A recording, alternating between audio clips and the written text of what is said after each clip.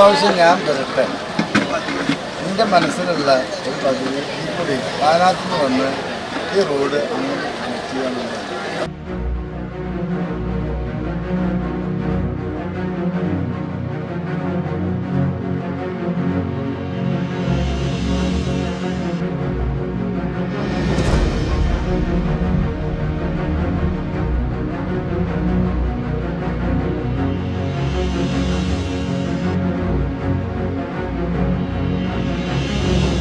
നമസ്കാരം. കേരള വിഷന്റെ സ്ഥാനാർത്ഥിക്കൊപ്പം എന്ന പരിപാടിയിൽ എന്നോടൊപ്പമുള്ളത് തിരൂരിലെ LDF സ്ഥാനാർത്ഥി വി അബ്ദുറഹ്മാനാണ്. അദ്ദേഹത്തോട് തന്നെ ചോദിക്കാം എങ്ങനെ പ്രചാരണങ്ങളടക്കം മുന്നോട്ട് പോകുന്നുവെന്ന്. താനൂരിൽ നിന്ന് തിരൂരിലേക്ക് വരികയാണ്. എങ്ങനെയുണ്ട് ഇവിടുത്തെ ജനങ്ങളുടെ ഒരു റെസ്പോൺസ് ഒക്കെ? ഇവിടെ നമ്മുടെ സ്വന്തം നാടല്ലേ, ഒരു കുഴപ്പമില്ല. നമ്മൾ വലിയ ഭൂരിപക്ഷത്തിന് ഇവിടുന്ന് ജയിക്കും. അതാണ് ജനങ്ങളുടെ തീരുമാനം. മറ്റുള്ള കാര്യം പ്രചരണ പരിപാടികളൊക്കെ നല്ല രീതിയിൽ നടക്കുന്നു. 2 റൗണ്ട് പൂർത്തിയായി, 3-ാം റൗണ്ടിലേക്ക് കടക്കുകയാണ്. കഴിഞ്ഞ 5 വർഷം കേരളത്തിന്റെ കായിക മന്ത്രി എന്ന നിലയിൽ ചെയ്ത കാര്യങ്ങൾ ആത്മവിശ്വാസം കൂട്ടുന്നുണ്ടോ? എങ്ങനെയാണ്? കായിക കേരളത്തിൻ്റെ ചരിത്രത്തിൽ ഉണ്ടാവാത്ത നിരവധി പുതിയ പദ്ധതികളും നിയമങ്ങളിൽ വലിയ മാറ്റവും നമ്മൾ കൊണ്ടുവന്നു. കായിക നയം തന്നെ പുതുതായി ഇന്ത്യയിൽ ആദ്യമായി നമ്മൾ കൊണ്ടുവന്നു. അതുമായി ബന്ധപ്പെട്ട പ്രവർത്തനങ്ങളൊക്കെ തന്നെ ഇപ്പോൾ നടത്തി. പഞ്ചായത്ത് തലത്തിൽ പോലും സ്പോർട്സ് കൗൺസിൽ രൂപീകരിച്ചു. എല്ലാ പഞ്ചായത്തിലും കളിക്കളം നിർമ്മിക്കുന്ന പരിപാടികളിൽ ഏകദേശം 166 കളിക്കളങ്ങൾ പൂർത്തിയായി. 300ഓളം ചെറുതും വലുതുമായുള്ള സ്റ്റേഡിയങ്ങൾ കേരളത്തിൽ നിർമ്മിച്ചു. 100 കളിക്കളങ്ങൾ സ്കൂളുകളിൽ മാത്രം നിർമ്മിച്ചു. അങ്ങനെ ഏകദേശം 3750 കോടി രൂപയുടെ പ്രവർത്തികൾ അടിസ്ഥാന സൗകര്യ വികസനത്തിലും ഏകദേശം 1000-ലധികം കോടി ഇങ്ങനെയുള്ള ബാക്കിയുള്ള ഇതിൻ്റെ പഠനം, പാഠപുസ്തകം അങ്ങനെ തുടങ്ങിയുള്ള ബാക്കിയുള്ള കാര്യങ്ങൾക്ക് വേണ്ടി ഇപ്പോൾ ചെലവഴിച്ച് കഴിഞ്ഞിട്ടുണ്ട്. അപ്പം അത് ഒരു വലിയ വിഭാഗം യുവജനങ്ങൾ അങ്ങേക്കൊപ്പം ഉണ്ടാകുമെന്ന് തന്നെയാണ് വിശ്വസിക്കുന്നത് അല്ലേ? അപ്പോൾ യുവജനങ്ങൾക്ക് അവർ ജീവിക്കുന്ന നാടിന് എന്ത് കിട്ടി എന്നുള്ളൊരു ചോദ്യമുണ്ട്.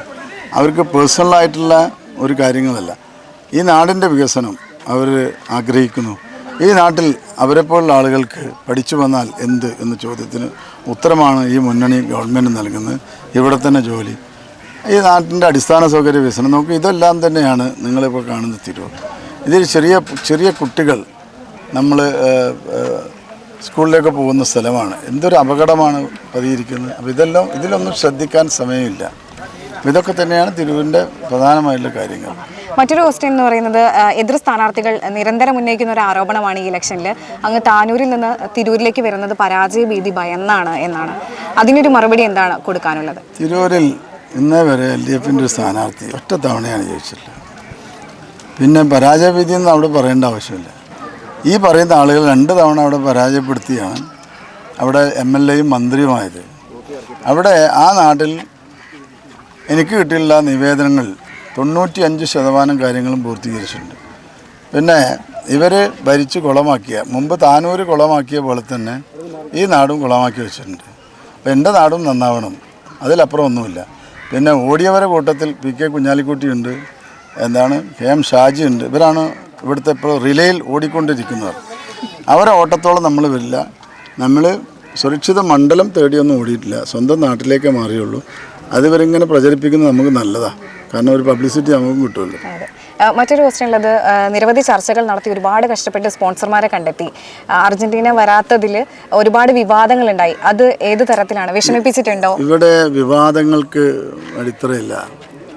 ഈ പണം സർക്കാരിൻ്റെ ഭാഗത്ത് നിന്ന് 1 രൂപ പോലും ചിലവഴിക്കാതെ അവിടെ അർജന്റീന ടീമിന് വരാനുള്ള പണം സ്പോൺസർ മുഖാന്തരം കണ്ടെത്തി. ആ സ്പോൺസർ ആ പണം അവർക്ക് നൽകി. ആ അർജന്റീന ഫുട്ബോൾ ഫെഡറേഷനാണ് ഒരു ചതി നടത്തിയിട്ടുള്ളത്. അതിൽ ഞാനാണ് ഏറ്റവും വലിയ നിരാശനായിട്ടുള്ളത്. മറ്റ് ഒന്നുമില്ല, പക്ഷെ പറഞ്ഞ വാക്ക് പാലിക്കാതെ ആ അസോസിയേഷൻ ചതിച്ചു എന്ന് തന്നെയാണ് ഞാൻ വിശ്വസിക്കുന്നത്. അതിപ്പോൾ ബന്ധപ്പെട്ട സ്പോൺസർ, അതുമായി ബന്ധപ്പെട്ട കേസാണ് ഇപ്പോൾ ഉള്ളത്. അതുകൊണ്ട് തന്നെ ഞാൻ മറ്റു കാര്യങ്ങളൊന്നും പറയുന്നില്ല ഇതുമായി ബന്ധപ്പെട്ട്. അത് ഞാൻ പറയില്ല എന്ന് അവർക്കറിയാം. കോടതിയിൽ നടക്കുന്നൊരു കേസുമായി ബന്ധപ്പെട്ട് അതിൻ്റെ വിവരങ്ങൾ കൂടെ പുറത്ത് പറയാൻ പാടില്ല. അതാണ് ഇവരിത്ര നല്ല രീതിയിൽ ഇതിനെ എടുത്ത് ഉയർത്തിപ്പിടിക്കുന്നത്. ഇപ്പം തിരൂരിലെ ഒരുപാട് വികസന പ്രവർത്തനങ്ങൾക്ക് തടസ്സം നിന്നത് ഇടതുപക്ഷ സർക്കാരാണെന്നാണ് നിലവിലെ MLA ആയിരുന്ന കുറുക്കോളി മൊയ്തീൻ ആരോപിച്ചിരുന്നത്.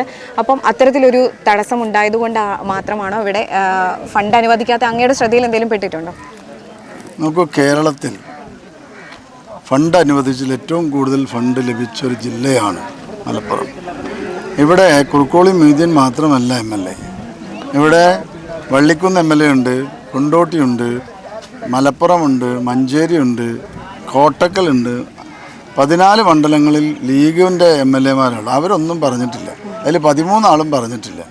ഇതിൽ ഇപ്പോൾ കോട്ടക്കൽ MLA തന്നെ അദ്ദേഹത്തിൻ്റെ ആദ്യത്തെ വോട്ട് അഭ്യർത്ഥനയിൽ പറഞ്ഞിട്ടുള്ളത് 2000 കോടിയാണ്. ഇപ്പോൾ വള്ളിക്കുന്ന് MLA പറയുന്നു 2400 കോടി. വള്ളിക്കുന്ന് MLA പറഞ്ഞു കഴിഞ്ഞ് പിന്നീട് മലപ്പുറം MLA പറഞ്ഞു ചോദിച്ച പണം കിട്ടി. അല്ലെങ്കിൽ അങ്ങനെ മഞ്ചേരി പറയുന്നു, പെരിന്തൽമണ്ണ പറയുന്നു. ഇവരൊക്കെ തന്നെ പണം കിട്ടിയ കണക്ക് മാത്രമേ പറയുള്ളൂ. നിങ്ങൾക്ക് അത് വാങ്ങിയെടുക്കാൻ കഴിവില്ലെങ്കിൽ അത് മറ്റുള്ളവരെ കാണിക്കേണ്ട ആവശ്യമില്ല. ഇടതുപക്ഷ ജനാധിപത്യ മുന്നണി കേരളത്തിലെ വികസന പ്രക്രിയ കേരള മോഡലിന് എല്ലാവർക്കും ഒരേപോലെ പണം കൊടുത്തിട്ടുണ്ട്. ഇപ്പോൾ താനൂരും അല്ലെങ്കിൽ തിരൂരും തമ്മിലൊരു വ്യത്യാസമുണ്ട്. ഇവിടെ ഈ പറഞ്ഞ MLA ഒരു കാര്യം മനസ്സിലാക്കണം. ഇവിടെ നിങ്ങളിതിൽ ഇടപെടാത്തതുകൊണ്ട് നേരിട്ട് പാർട്ടി എന്നെയും നിയോഗിച്ചാണ് Thazhepalam bypass approach road, city ജംഗ്ഷനിലെ ഓവർബ്രിഡ്ജിൻ്റെ അപ്രോച്ച്, വിഷുപ്പാടത്തുള്ള ഇപ്പോൾ പുതിയ അപ്രോച്ച് നടത്തുന്നത്. അവിടെ എല്ലാം ആകാശത്ത് പാലം മാത്രമായിരുന്നു UDF-ൻ്റെ ഭരണകാലത്തുള്ളത്. Tirur high school, Paravanna high school, girls high school, നമ്മുടെ GMUP സ്കൂൾ തിരൂർ, അതായത് ചക്ക സ്കൂൾ നമ്മൾ വിളിക്കും, പറവണ്ണ, ഏഴൂർ, ഇവിടെ എല്ലാം കെട്ടിടങ്ങൾ നമ്മൾ നേരിട്ട് ഇടപെട്ടാണ് വാങ്ങിയത്. ഇവരതിനൊന്നും വന്നിട്ടില്ല. പിന്നെ ഹൈസ്കൂളിന് പുതിയ ഗ്രൗണ്ടിന് 1 കോടി, ഏഴൂർ ഹൈസ്കൂളിന് ഗ്രൗണ്ടിന് 1 കോടി. അങ്ങനെ എണ്ണിയാൽ ഒടുങ്ങാത്ത പദ്ധതികൾ ഈ ഗവൺമെൻറ്റാണ് കൊണ്ടുവന്നിട്ടുള്ളത്. UDF-ൻ്റെ MLA കുറേ വർഷമായല്ലോ ഇവിടെ. എന്താണ് കൊണ്ടുവന്നിട്ടുള്ളത്? ഈ ഒരു കാലഘട്ടം എന്നുള്ളത് 10 വർഷം ധാരാളം പണം കിട്ടുമായിരുന്നല്ലോ. അപ്പോൾ തങ്ങളുടെ കഴിവ് കേട് മറച്ചു വെക്കാൻ പിണറായി വിജയൻ മുഖ്യമന്ത്രിയെയും അതോടൊപ്പം തന്നെ ഈ ഗവൺമെൻറ്റിന് പഴിച്ചിട്ടൊന്നും ഒരു കാര്യമില്ല. ഇപ്പോൾ കളിക്കളത്തിന് തന്നെ എത്ര പണം കൊടുക്കാമെന്ന്, എല്ലാ പഞ്ചായത്തിലും കളിക്കളം കൊടുക്കാമെന്ന് കത്തെഴുതി ഇദ്ദേഹത്തിന് കൊടുത്തു. നേരിട്ട് പറഞ്ഞിട്ടും ചെയ്തു. ഒരു പഞ്ചായത്തിൽ അത് വാങ്ങിയെടുക്കാൻ അവർ കഴിഞ്ഞിട്ടുണ്ട്. ഇതാണ് സ്ഥിതി. ഈ മലപ്പുറം ജില്ലയിലെ മന്ത്രിയായ ഞാൻ പറഞ്ഞിട്ട് കൂടി ആ പണം സ്വീകരിക്കാൻ ഈ MLA തയ്യാറായിട്ടില്ല. പിന്നെ ഇതിനൊക്കെ മറുപടി പറയുക എന്നുള്ളതാണ്. ഇപ്പോൾ സ്റ്റേഡിയം 10 കോടി രൂപ അനുവദിച്ചു. അവിടെ നമ്മൾ പറഞ്ഞെന്താ, ഇപ്പോൾ നിങ്ങളുടെ പഴയ MLA അവിടെ പണം ചെലവഴിച്ചിട്ടുണ്ട്. അതിൻ്റെ ആ ഫ്ലഡ് പോലും എത്രയോ വർഷമായി കത്തുന്നില്ല, മെയിൻ്റനൻസ് നടക്കുന്നില്ല. അത് മെയിൻ്റനൻസും കാര്യങ്ങളും നടത്താനുള്ള കരാറിൽ ഒപ്പിടണം. അത് ഭൂമി ആ അസറ്റും മുനിസിപ്പാലിറ്റിയുടെ പേരിൽ ആവും. മെയിൻ്റനൻസിന് പണം കണ്ടെത്തിയാൽ എല്ലാവർക്കും സൗജന്യമായി അവിടെ കളിക്കാനുള്ള സൗകര്യം ഉണ്ടാവും. അപ്പോൾ ഇതാണ് നമ്മൾ പറഞ്ഞത്. ഇതൊന്നും കേൾക്കാൻ ഇവർ തയ്യാറായില്ല. പിന്നെ ഇലക്ഷൻ വരുമ്പോൾ ഇത്തരത്തിലുള്ള വൃത്തികേട് വിളിച്ച് പറയുന്നത് മറുപടി പറയുക എന്നുള്ളത് തന്നെ ഞങ്ങൾക്കൊന്നും യോജിച്ച കാര്യമല്ലാത്തതുകൊണ്ടാണ് ഞാൻ കൂടുതൽ ഇതേപ്പറ്റി പറയാത്തത്. അവസാനമായൊരു കാര്യം കൂടി, തിരൂരിൻ്റെ ഒരു സിഗ്നേച്ചർ 2 സ്ഥാപനങ്ങളാണ് തുഞ്ചത്ത് എഴുത്തച്ഛൻ മലയാളം സർവകലാശാലയും നമ്മുടെ തുഞ്ചൻ പറമ്പും. അപ്പോൾ ഇത് രണ്ടും ഒരു വിഭാഗം ആളുകൾ കൈയടക്കി വെച്ച് വികസനങ്ങൾ നടക്കുന്നില്ല, അല്ലെങ്കിൽ അതിനൊരു മുന്നോട്ട് പോകുന്നില്ല എന്നുള്ളൊരു തരത്തിലുള്ള ഒരു ആരോപണം കൂടി ഉന്നയിക്കുന്നുണ്ട്. തുഞ്ചൻ പറമ്പ് ലോകത്തിന് മുന്നിൽ അറിയപ്പെട്ടത് ബഹുമാനപ്പെട്ട MT പ്രിയപ്പെട്ട വാസുവേട്ടൻ്റെ കാലഘട്ടത്തിലാണ്. അത് ഇടതുപക്ഷ ഗവൺമെൻറ്റാണ് വാസുവേട്ടനെ ചെയർമാനായി ആ തുഞ്ചൻ സമിതി ഏൽപ്പിച്ച്. ഇന്ന് ലോകത്തിൻ്റെ നെറുകയിൽ തന്നെ അറിയപ്പെടുന്ന മലയാള ഭാഷ പിതാവിൻ്റെ ആ സ്മാരകം അറിയുന്നുണ്ട്. ഇത് മുൻകാലങ്ങളിൽ ഇവിടെ ഉണ്ടായിരുന്നല്ലോ. എന്താണ് ഇവരതിൽ ചെയ്തിട്ടുള്ളത്? ഇപ്പോൾ വാഗൺ ട്രാജഡിയുമായി ബന്ധപ്പെട്ട് ഇന്ത്യയിൽ നടന്ന ആദ്യത്തെ സ്വാതന്ത്ര്യ സമരത്തിൽപ്പെട്ട ഏറ്റവും പ്രധാനപ്പെട്ടതാണ്. ഒരു മ്യൂസിയം ഇതുവരെ ഉണ്ടാക്കാൻ പറ്റിയിട്ടുണ്ടോ? ഇതെല്ലാം തന്നെ നമ്മൾ നടത്തും. വാഗൺ ട്രാജഡി മ്യൂസിയം അടക്കമുള്ള കാര്യങ്ങൾ തിരൂരിൽ നമ്മൾ പണിയും. ഇനിയും തുഞ്ചൻ പറമ്പിൻ്റെ വികസനം ഇപ്പോൾ തന്നെ ഈ ഗവൺമെൻറ് വന്നതിന് ശേഷം ഇപ്പോൾ 2 കോടിയിലധികം ഇപ്പോൾ കൊടുത്തു. അതാണ് അവിടുത്തെ കോൺഫറൻസ് ഹാളൊക്കെ ഇപ്പോൾ നവീകരിച്ചു, അവിടെ AC ഒക്കെ ആക്കിയത്. ഈ കാര്യങ്ങളിൽ വെറുതെ ദുഃഖിക്കേണ്ടി വരുന്നു. അത് കൃത്യമായി തന്നെ സാംസ്കാരിക കേരളത്തിന് ഏറ്റവും കൂടുതൽ സംഭാവന നൽകിയുള്ള ഒരു ഗവൺമെൻറ്റാണിത്. അപ്പോൾ അതൊന്നും പറയാൻ സമയമില്ലാത്തതുകൊണ്ടാണ്. അപ്പോൾ ഈ തെറ്റായ പ്രചരണങ്ങൾ ഇല്ലാതിരിക്കുക. നിങ്ങൾക്ക് അവിടെ കയറി ഇത് അലമ്പാക്കാൻ ഞങ്ങൾ ഏതായാലും സമ്മതിക്കില്ല. അത് മനസ്സിലാക്കിയാൽ മതി.